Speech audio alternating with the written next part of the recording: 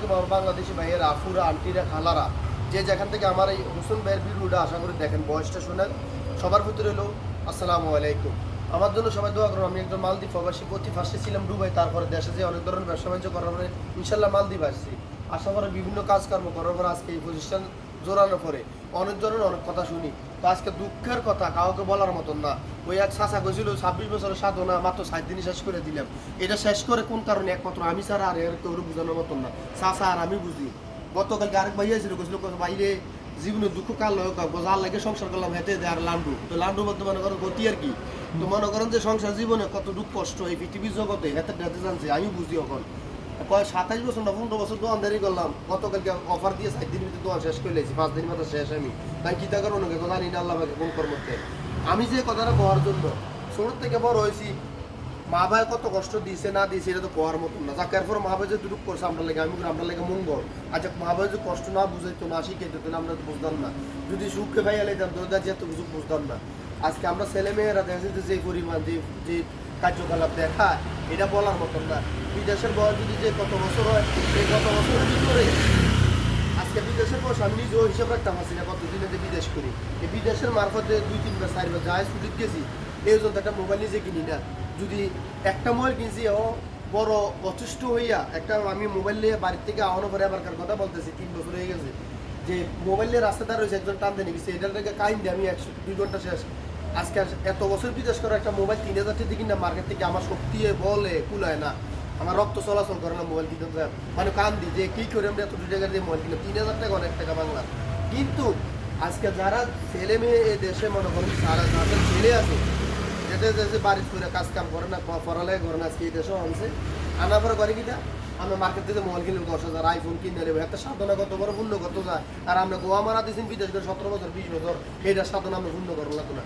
যদি ভালো বংশের ভালো জাতের ফোলা হইতো বলে আপনার ফোলা হতো ভালো মেধা থাকতো, তাহলে করে বলে আব্বাই আগে বাইক ফারাম আব্বা সুযোগ যে বাবা সুযোগ গাড়ি আইও, নইলে আব্বারে বালা ফোন কিনে দাম আই কিনতাম না, ধরো ভাঙ্গা ফোন চালাম, ধরো মোবাইল চালাইতাম না।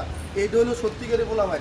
আর অঙ্কার ফোলা ভাই না, ইয়ে গীতা করে আপনারা মোবাইল কিনে দেন, আর এ সার্কিট দিয়েছেন এটা হইতো না। তো আপনি কি এটা সহ্য করার কথা না, হুন্ডা আপনি চালাইবেন, এত হুন্ডা কিনে দেন লাগবে।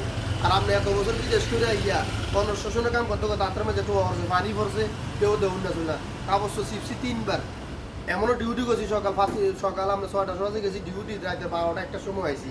আর অঙ্কার ফোন আমি ডিউটিতে 9টা আইয়ালা 5টা, এরপর বলে থার্ড হয়ে দিকে ও ভারী বাপরে ভাবি কামাই করতাম না। কিন্তু একটা কথা কিটা, আজকে যাদের জন্য এই সংসার ধর্ম টাকা বসে যা কিছু উপার্জন করি, যা কিছু করে দিয়ে যেতেছি, আমি সব কিছু দিন শেষে ভাববে একটা জিনিসই দেখি, কবরস্থানের মাঝে সপ্তাহ অন্তত 3-4 বার যাই, মাঝে মধ্যে সপ্তাহ যাওয়া পরে 10 মিনিট বইবার পরে অনেক কিছু চিন্তা জানতে যে যাদের জন্য করে যায় এটা কি আমার পূর্ণ হইবনি সই শুনবো না রে বুয়া বুয়া একদম বুয়া। কেন আজকে আমি যাদের জন্য টাকা পয়সা কামাই করি তারা যদি আমার জন্য ভালোবাসা থাকতো তাহলে এত কিছু সাব সৃষ্টি করলাম না। বাইচের সময় এইটা আপনি আরও থাকতে এইটা আমরা যাইতে সময়টা তো আপনি কার কাছে চাইবেন, আমরা চাওয়ার মতন আসিনি কেউ, এটা চিন্তা করতে হইবনি চাইতো না।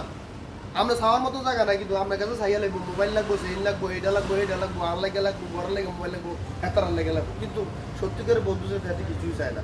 তা আসলে কথা হলো ভিডিওটা আজকে বেশি বড় করলাম না, এই ভিডিওটা আজকে সবাই বোঝার জন্য ছেলের সন্তান যাদের আছে কত পরিমাণ কষ্ট।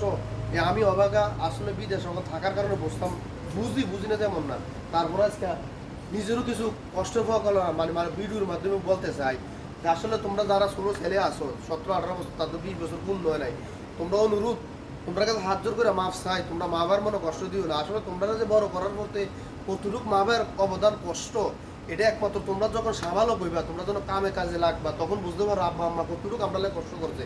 যে আব্বা যে আমার এত বা সিলিয়ে গেছে পুত্রে তুই অনেক বুঝবি কবে। আসলে বোঝার জন্য অনেক কিছু আছে, শিখলে অনেক কিছু শিখার আছে, না শিখলে কিছুই না। কিন্তু শিখার জন্য আমাদের অনেক লাইন আছে।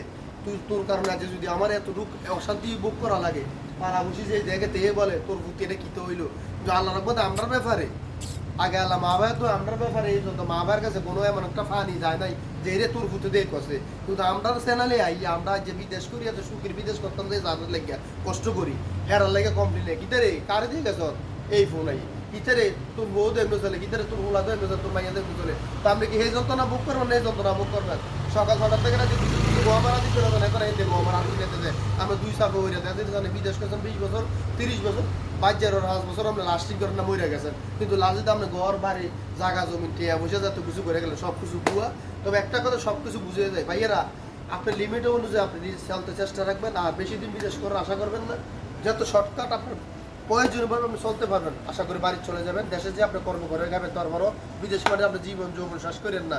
কারণ আমরা মাস ধর 5 বছর টাকা পয়সা কয়েকদিন ভালোবাসা চিরদিন, আজ মারা গেল কালকে 2 দিন, আমরা টাকা পয়সা কামাই করে যদি জীবনে শেষ করে দেন, আমরা শখ আল্লাহ সব শেষ করে দেন, তাহলে ভাই চিন্তা করবেন জীবুতের লেগে চিন্তা করেন না, জীবুতের কত চিন্তা দেন। এই দেশের সিস্টেম করেন, এই দেশের যদি সিস্টেম করলে আমরা কেমন লাগবো। ওই আয়ার আপনি মনহাউল্লার ভাবে সব কিছু করে দিয়ে লেবেন, লাশি দিয়ে আপনি সারা বছর বিদেশ করে আপনি ভাই সমাধান আপনি এদি সমাধি দিয়েছেন, কাল্লাই করছেন। তো এই করার দরকার নাই। আশা করি সবাই বুঝতে পারছেন। আর আমার ভিডিওটা সবাই লাইক শেয়ার কমেন্ট করবেন টিকটকে, ফেসবুকে, এমনকি আপনারা পাইবেন ইউটিউবে। আমার ইউটিউবে চ্যানেল হলো ডি লাকিমার, আর আমার টিকটক চ্যানেল নাম হলো ডি লাকিমার।